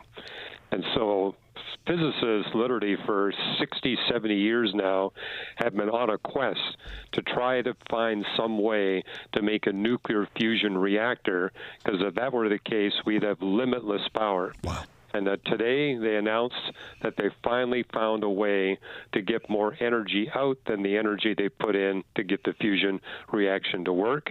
It's not the first time that's happened, but the previous attempts, they only got a little less than 1% more energy than what they put in. Today's announcement, 19%. So that is a breakthrough. So, Hugh, what does that mean in a practical sense? Well, in a practical sense, we got a long ways to go because they got 19% more energy than what they put in, because they were using lasers to try to get the deuterium and tritium close enough together that they could get the fusion reaction to work. Okay. And they did get 19% more, but it's an impulse. And so they can do this about once a day. And the energy they got out was enough to heat a kettle of water for a cup of tea. So we're not talking a lot of energy. Okay. And to make a nuclear power plant, you need to be able to get these lasers to pulse together to generate this extra energy. You need that to happen at least 10 times per second, if not 100 times per second. Really? As compared to just once a day. So we're a long ways. And the other thing that makes me skeptical is that the sun fuses hydrogen into helium. What we're seeing here is the fusion of deuterium and tritium. And that's much easier to control with lasers. But the energy you get out is way below what you get from hydrogen to helium. And moreover, you're dealing with tritium, which is an extremely radioactive element. So it's not safe to handle.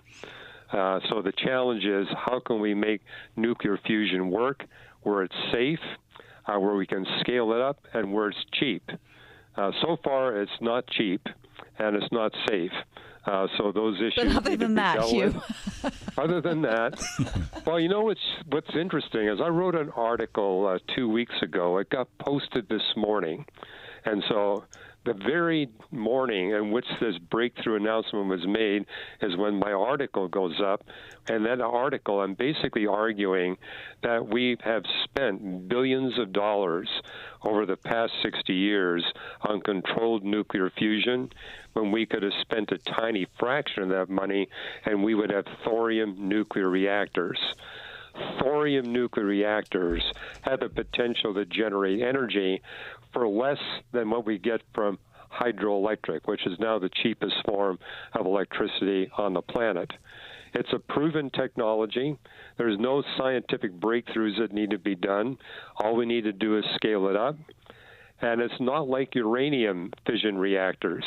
It's impossible to make nuclear weapons out of it. It's impossible to have a meltdown. You get 300 times as much energy as you do from nuclear fission.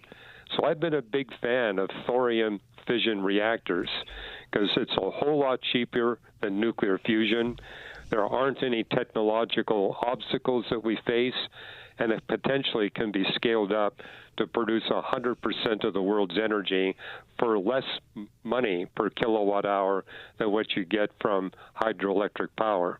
It'd be the cheapest form of energy on the planet, and it would be near limitless in its capacity to produce energy, and there'd be no greenhouse gases. Hugh Ross is with us. Reasons to believe. Why do you think that hasn't been pursued, the thorium fission reactor? We had thorium nuclear reactors in the early 1960s. There was one in Tennessee and one in the Hudson River. We never bothered to scale it up because it was impossible to make nuclear weapons out of it.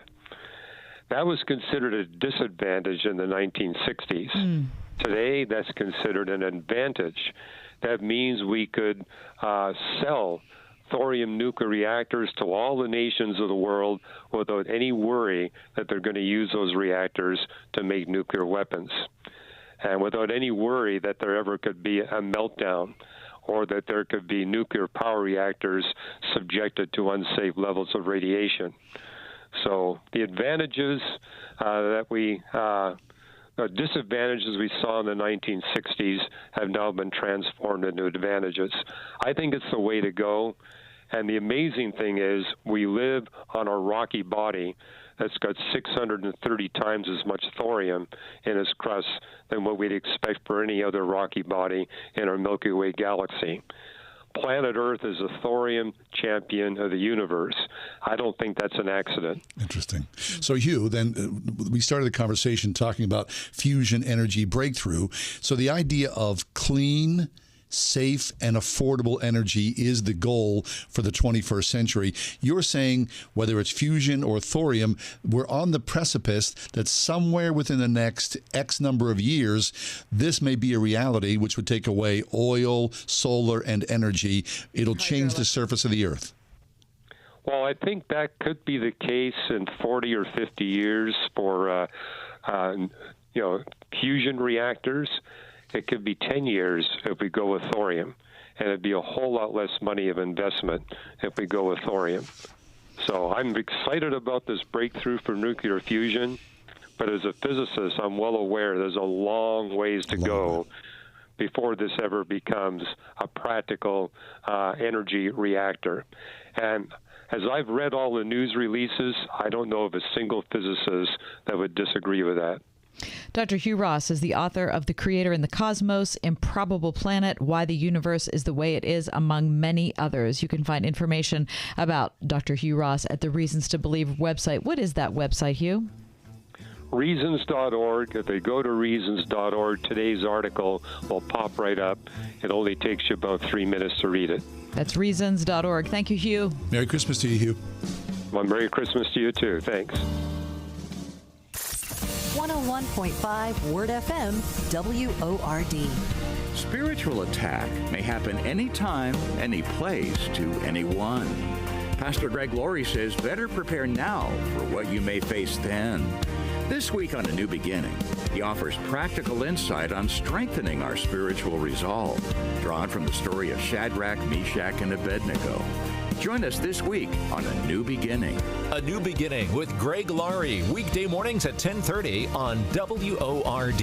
Eric was way behind on his taxes. I owed a lot of money to the IRS, almost $15,000. I tried to make payments. The IRS wasn't satisfied with Eric's efforts, so they came after him full force. They're coming to put a lien and a hold on all my income, my home, my car. I was just overwhelmed at what to do. Then Eric called Optima Tax Relief. When Optima Tax got involved, the calls would stop, the threats would stop. It was easy like 1, 2, 3. Optima Tax Relief is A+ rated by the Better Business Bureau, and their team of expert tax professionals took care of Eric's problem. I owe $15,000, and now my debt is clean. I don't owe anything. Take Eric's advice. If you have a tax problem, you need to call Optima Tax now. Call Optima Tax Relief for a free consultation. Call 800-965-1433. 800-965-1433. 800-965-1433. Optima Tax Relief.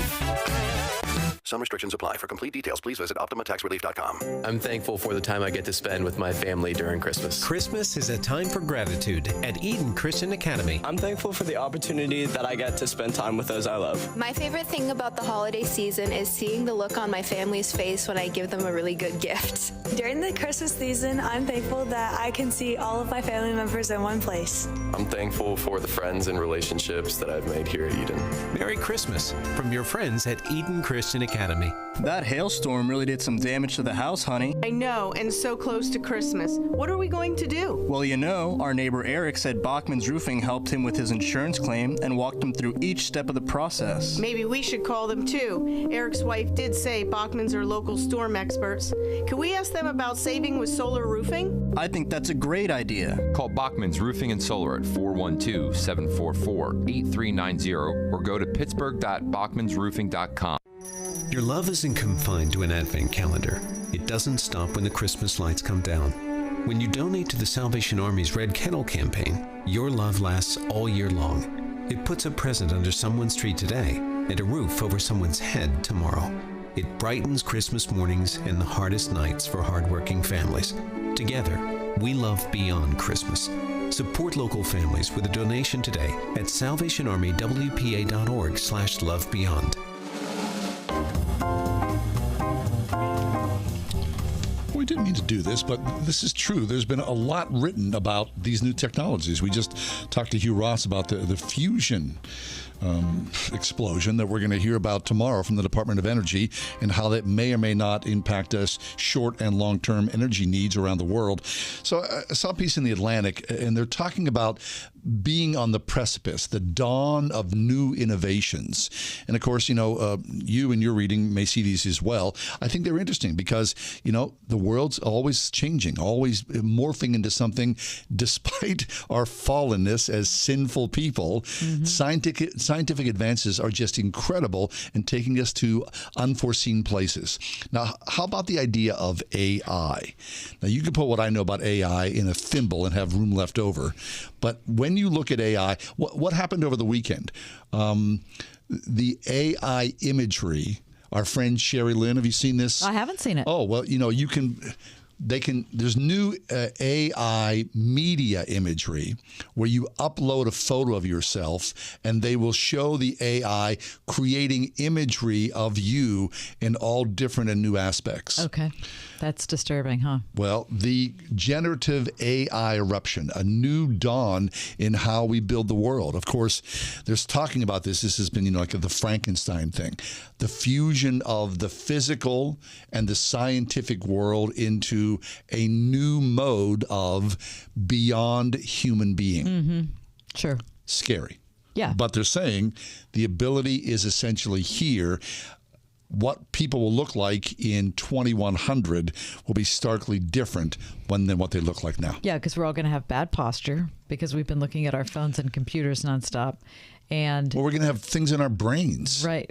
Remember the mock-up of the human? Yes. That what evolutionarily is happening with our bodies because of COVID, not because of the disease of COVID, but because of the COVID era, which has caused us to be even more attenuated to screens, even more reliant on phones, even more obsessed with video. Anyway, the human that is evolving is not particularly attractive. Well, I don't know. I mean, made in the image of God. Once we start stirring the pot with made in the image of God, what will that look like? Well, I mean, we've been doing that. Look at plastic surgery. Mm-hmm. Right? I mean, yeah. Okay, how about this? A breakthrough, the power to reverse death, kind of, right? Organs revived in dead pigs, right? Where you see hearts, lungs, livers, spleens. Now it will be like a boutique of human organs that you can purchase. This is going to be a reality. Is it going to be a reality? Yes, it is. Yeah. I mean, I'm sure look, the horrors of Planned Parenthood and harvesting babies for scientific research, a lot of that work hinges on these new medical breakthroughs. There's no doubt about that. So organs revived in dead pigs. That comes from the strain of aborted babies. We'll see that more and more. The power to synthesize life. We talked about this last week with a guest on our show about 30-year-old frozen embryos. Yes, right. Right? Yeah, someone from the Human Embryo Donation Center was with us, and he was sharing that they have placed almost 2,000 frozen embryos with interested adoptive parents who have then gestated the embryos and then given birth to almost 2,000 babies that have been that started out in a frozen embryonic state for decades. And this is a Christian organization. Yeah. Okay, so how about the power to synthesize life, kind of? Mouse embryos born without sperm or egg. That's kind of weird. That's happening as well. Apparently, now we've just been through this, and we are in the midst of this, that the vaccine cavalry is coming. Yeah. Say what you will. Cavalry, yeah. Right? Decades from now, historians may regard the 2020s as a golden age of vaccine breakthroughs. The mRNA vaccines that blunted the morality of COVID are just going to be used for a lot of different things. Malaria, multiple sclerosis, you name it. Thank you. Right? That would be so wonderful if that was the case. Mm-hmm. But we have a fundamental problem. It's not just a scientific issue, but that's a problem of persuasion, because we're talking about potential vaccines for those very serious illnesses. And we have a measles outbreak right now in Ohio. Right. 65 kids that have it, they're unvaccinated. Because 61 of whom are unvaccinated. Right. How about the snapshot of the beginning of time? We've seen this with the James Webb Telescope. We're going back further and further and further to the Big Bang. I mean, people are saying soon we're going to see the first breath of the creation of the universe. How fabulous is that? Right? Yeah. All these scientific discoveries, unheard of advances in fighting cancer. Look, we have Tim Keller with us almost on a monthly basis. Yeah. The miracle of Tim Keller and the death sentence of pancreatic cancer, and he continues to thrive. Yes. Not saying that could not turn on a dime, but you know this. Cancer treatments of old they're going to be replaced. Yeah. And people are going to fight cancer and live through cancer that would have been a fatality. Now things are going to change with that. Yeah. Wonderful things. The obesity therapy surge, weight loss medication that actually works. Okay. Again, this is another one of those instances where a physiological scientific breakthrough also it cannot exist on its own. It has to be reliant on an environment of change. Right. So, if there are vaccine improvements, that would be terrific. But if we don't have a community of people that's willing to take them, it doesn't matter. If you can take a pill to lose weight, that's one thing. But I guarantee you there are going to be drawbacks to that if you also don't learn how to exercise any less. There's just no way. Right. It's not like we can subvert physics here. Like we're all going to be Wall-E, right? Again, I never saw that movie. That's a great movie. Why not? So here it is. You need little kids or grandkids around your house for that. Anyway, we'll take a quick break, come back. How's your gift shopping for Christmas going? I feel 60% about 60? it. But the Washington Post has a gift guide that has some really nice things on it. We'll talk about it next. Revival Today Church presents Celebrate the King, a free Christmas event for you and your family. With musical guests Uche Agu, Ron Canoli, Karen Sheard, and Jacqueline Carr, featuring the Revival Today Mass Choir. Along with a word from Pastor Jonathan Shuttlesworth. Saturday, December 17th at the Montour Junction Sports Complex. Doors open at 6. Sign up today at rtcregister.com. I've been holiday shopping at Kohl's, and I've got to admit, their deals are some of the best I've seen. I've been earning Kohl's Cash every day, while saving an extra 25% on top of 50% off cute PJs and 40% off comfy slippers. Plus, I just got 30% off super soft Kookaburra by UGG bedding. With more gifts and more savings at Kohl's, the holidays just got so much cozier. Select styles. Offers end December 18th. Kookaburra by UGG. Coupons do not apply. Some exclusions apply. See store or Kohls.com for details. Turbulent times call for clear-headed insight. That's hard to come by these days. especially on TV. That's where we come in. The new Salem News Channel, the greatest collection of conservative minds, all in one place. Home to the people you trust. Dennis Prager, Mike Gallagher, Sebastian Gorka, and more. Refreshingly honest, always unfiltered. Streaming free on your TV 24/7. Intelligent analysis for intelligent people. Find what you're looking for at snc.tv. That's snc.tv. Celebrate comeback season with Mucinex Fast Max Cold and Flu all-in-one. Its maximum strength formula tackles up to 9 cold and flu symptoms. Try Mucinex all-in-one and get $5 cash back to celebrate your comeback. Visit fastmaxcashback.com to learn more. Use as directed. This is Tim Seckler inviting you to tune in each and every Saturday morning at 9 a.m. right here on Word FM 101.5 for the Life and Legacy Show, sponsored by my law firm, the Seckler Law Firm. Each week, we'll talk about your family's well-being as it relates to elder law, nursing home stays, estate planning, and keeping your hard-earned savings. And if you missed the Life and Legacy Show, you will find it archived at secklerlawfirm.com. See you Saturday morning at 9 a.m. right here on Word FM 101.5 for the Life and Legacy Show. The Christmas Mortgage Miracle is back and bigger than ever. For 5 years, the Christmas Mortgage Miracle has made it possible for you to win next year's mortgage or rent. This year, we've raised the grand prize to $18,000 to pay for next year's mortgage or rent. Increase your opportunity to win when you enter up to once per day and complete optional bonus tasks. Trinity Jewelers presents the Christmas Mortgage Miracle Sweepstakes. Enter today at wordfm.com. Listen on your smart speaker at wordfm.com, the Word FM app, iHeart, TuneIn, and on Odyssey. In your car or at home, too, at 101.5 WORD-FM, Pittsburgh. It's the time of year when all sorts of publications are coming out with their gift guides. And so we saw the one in the Washington Post today, and there are all sorts of fun things on it. Can I share a couple with you? Yeah, I'd love to, yeah. I mean, you might not think they're fun. Okay, so it's divided into categories like there's a food category, there's a home category, tech, pets. That's all I remember off the top of my head. So I'll start out in the tech category. So here is an Anchor power core for $99. It's a portable battery that doubles as a high-speed charger for your smartphone, your tablet, your laptop. But it has a lot of ports in it, which is really, really nice. So you that could be your only charger. How big is it? Yeah. Doesn't say. I can't really tell from the picture. Yeah. But I like the looks. $99. Do you have a port, like a backup port? I have a backup one that I travel with, like a battery. Yeah. Very nice, right? Yeah. Comes super handy. Yeah, but since I haven't been flying or going to foreign countries, I haven't used it. Sometimes I use it in the backyard. Oh, I haven't thought of that. Yeah, it's good.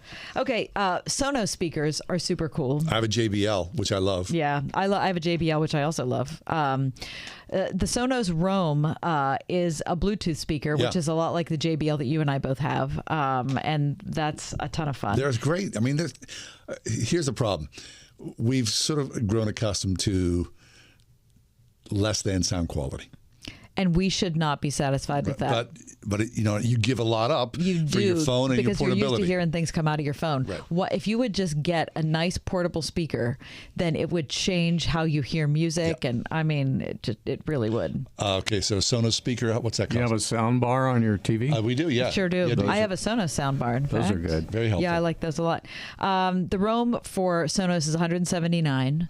My Sonos speaker for my TV, I don't remember. How much sound was bar? that? I don't know. Do you remember how much that was? It was a gift. I don't know. You can spend a lot or a little. I mean, like anything, right? I can't remember how much mine was. Probably average price $200 to $300. Yeah, probably. Somewhere in that ballpark. But very much worth it. Okay, how about we move to food? Oh, yeah. Give me something to eat. Yeah, okay. So hold on. Well, I'm sorry that I have to go back. Is there a fruitcake on there? There's no fruitcake because fruitcake is disgusting. I like a fruitcake. No, absolutely not. It looks so terrible. Okay, there's this cool thing on here. Cranberry orange caramels. I'll take that. From Lagustas. Okay. Love those. $22. It's a little box of 9 of them. 9 caramels for $22. They're vegan and ethically made. Listen, I love the idea of cranberry orange caramels. Yeah, Doesn't that sound great, delicious? But 9 of them? I'm just saying. $22. Kuhn Recon has a vegetable peeler. Now, I have 4 vegetable peelers because I like to get other people in on the Come action. on, it's a good group activity. It is, and right? it can Many be hands make light work. It can be a real pain to do it yourself. Anyway, this one is only $7. Okay. But they say it's incredibly sharp, durable, and it comes with a little brush to clean it. Bluetooth enabled. Kuhn Recon. A ricotta candle. What? Like made out of ricotta? Yeah. Or smells like ricotta? It smells like ricotta. I don't think that. I really don't think that's an advance. Yeah, they have like a cottage cheese candle. That would be sour Same cream kind of thing, candle. right, It just exactly, kind of collapses. right, Burlap and Barrel is a spice company that I have been ordering from for maybe the last year. This is why I like Burlap and Barrel, because they're single origin spices, which means that they're buying. If there's a spice mix, it's from one place, but they're all fair trade. And when you buy spices, or if you travel to a third world country, you often see a lot of extremely poor people who are working to produce the spices that we might buy here in the United States. And it's really upsetting to see. And so I love that Burlap and Barrel does not do that. They only do fair trade spices. So they're not going to have all the spices like you can't go to them and get, I want garlic, salt, and allspice and nutmeg. So, and they have different spices at different times of year based on what they can source.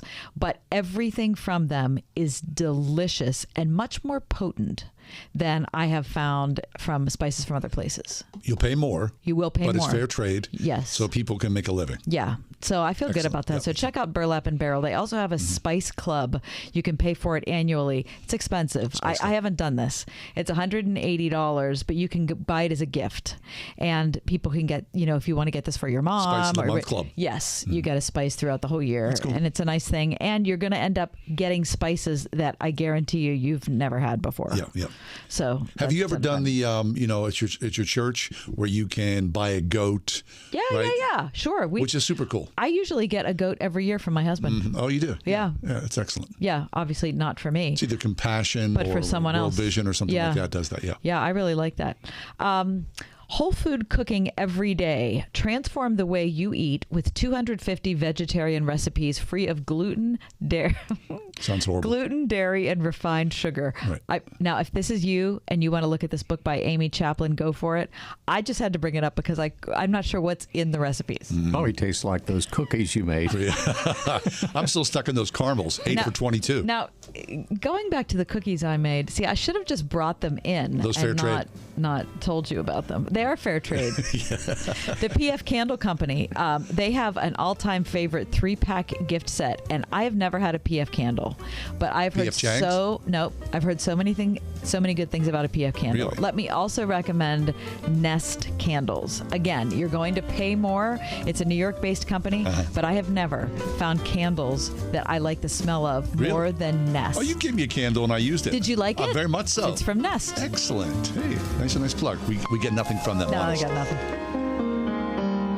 The Ride Home with John and Kathy, a production of Salem Media Group. This is Albert Mogler for townhall.com. The Supreme Court recently heard